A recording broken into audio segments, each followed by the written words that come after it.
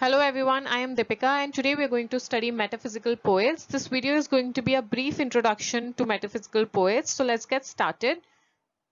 So poets like Dryden, Andrew Marvell, Henry Vaughan, George Herbert and Richard Crashaw were writing around this time और इनकी poetry को ही later on metaphysical poetry बोला गया, इसीलिए इनको metaphysical poet बोला जाता है। ये कुछ नाम है जो आपको याद रखने हैं। आपको क्वेश्चन आ सकता है कि मतलब जो आपका ऑप्शन दे देंगे कि इनमें से कौन मेटाफिजिकल पोएट है। So this is very important to remember. अब उनकी पोएट्री को मेटाफिजिकल क्यों बोला जा रहा था? क्योंकि वो स्पिरिचुअल आइडियाज को यूज कर रहे थे, फिलोसफिकल सब्जेक्ट्स को यूज कर रहे थे और किस तरीके से they were approaching those themes, those subjects with reason and usually conclude करते थे अपनी पोएट्री को with paradox और irony। तो जो उनकी पोएट्री थी, एक तो वो unnatural फॉर्म में थी, पहली चीज। दूसरी चीज, वो बहुत ज्यादा विट या कंसीट उसमें यूज कर रहे थे। तो ये एक आइडिया था और ये अपनी तरीके की एक उस दौरान लिखी जाने वाली पोइट्री थी जो बाद में जाके 20th सेंचुरी में एक्चुअली इट बिकेम फेमस। सो जब शुरू में इनके बारे में पढ़ना शुरू किया लोगों ने, for example Dryden and people like Samuel Johnson, they have actually criticised the way these 17th century poets wrote. लेकिन बाद में जाके इनको रिकग्निशन मिला और बाद में जाके इनको पॉजिटिव फीडबैक मिला। So their poetry was rich in intellectual complexity. तो बहुत ज्यादा इंटेलेक्चुअल थीम्स थी। कॉम्प्लेक्सिटी मतलब जिस तरीके की वो लिख रहे थे, it was the ideas were very complex and the way it was also being written was very complex. John Dryden was the first to use the term metaphysics in his criticism of Donne. He used this term in discourse concerning satire. So basically ये point बहुत important है याद रखना कि किसने John Donne के लिए सबसे पहले metaphysics जो term है उसको use किया था. The answer is John Dryden. अब मेटाफिजिक्स हम पढ़ तो रहे हैं, लेकिन इसका मतलब क्या होता है?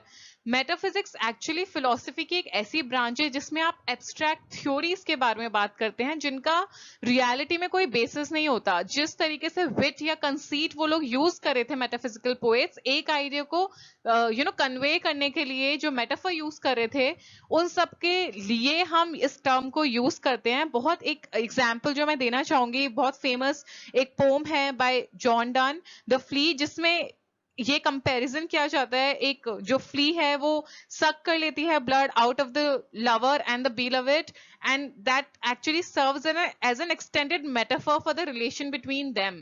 So that flea is working as a metaphor, and that's the idea. The metaphysical concept is used there that way in the poetry, in the poem.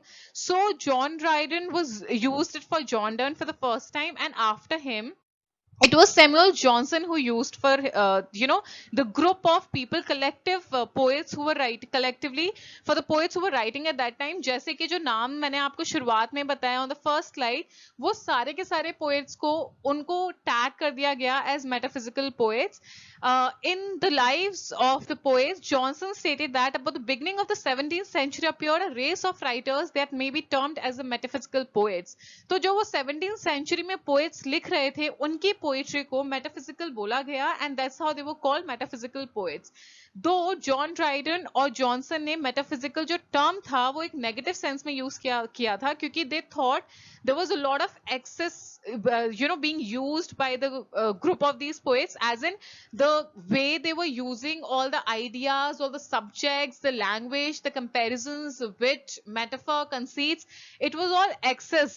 तो यहाँ पे लास्ट जो पॉइंट है उसमें Johnson believe that metaphysical poets only wanted to show their learning, मतलब कि वो इतना सब कुछ यूज कर रहे थे अपनी पोएट्री में, ऐसा लग रहा था कि जो भी उन्हें पता है वो सब कुछ उसमें डाल रहे थे. In their poetry, the most heterogeneous ideas were yoked by violence together. मतलब कि जो उनकी unnatural form थी उस, और जो उनके unnatural या unconnected ideas थे, वो एक रीडर को इतना शॉक या सरप्राइज कर देंगे कि वो जो उसके normal state of thought है उससे force करेंगे to come out and think about the argument which they were giving in the poetry. For example, जैसे मैंने आपको flea का example दिया कि how they're using a flea as extended metaphor for the lover and the beloved, कि उन दोनों का blood suck कर लिया and how they've mingled already in the flea's body.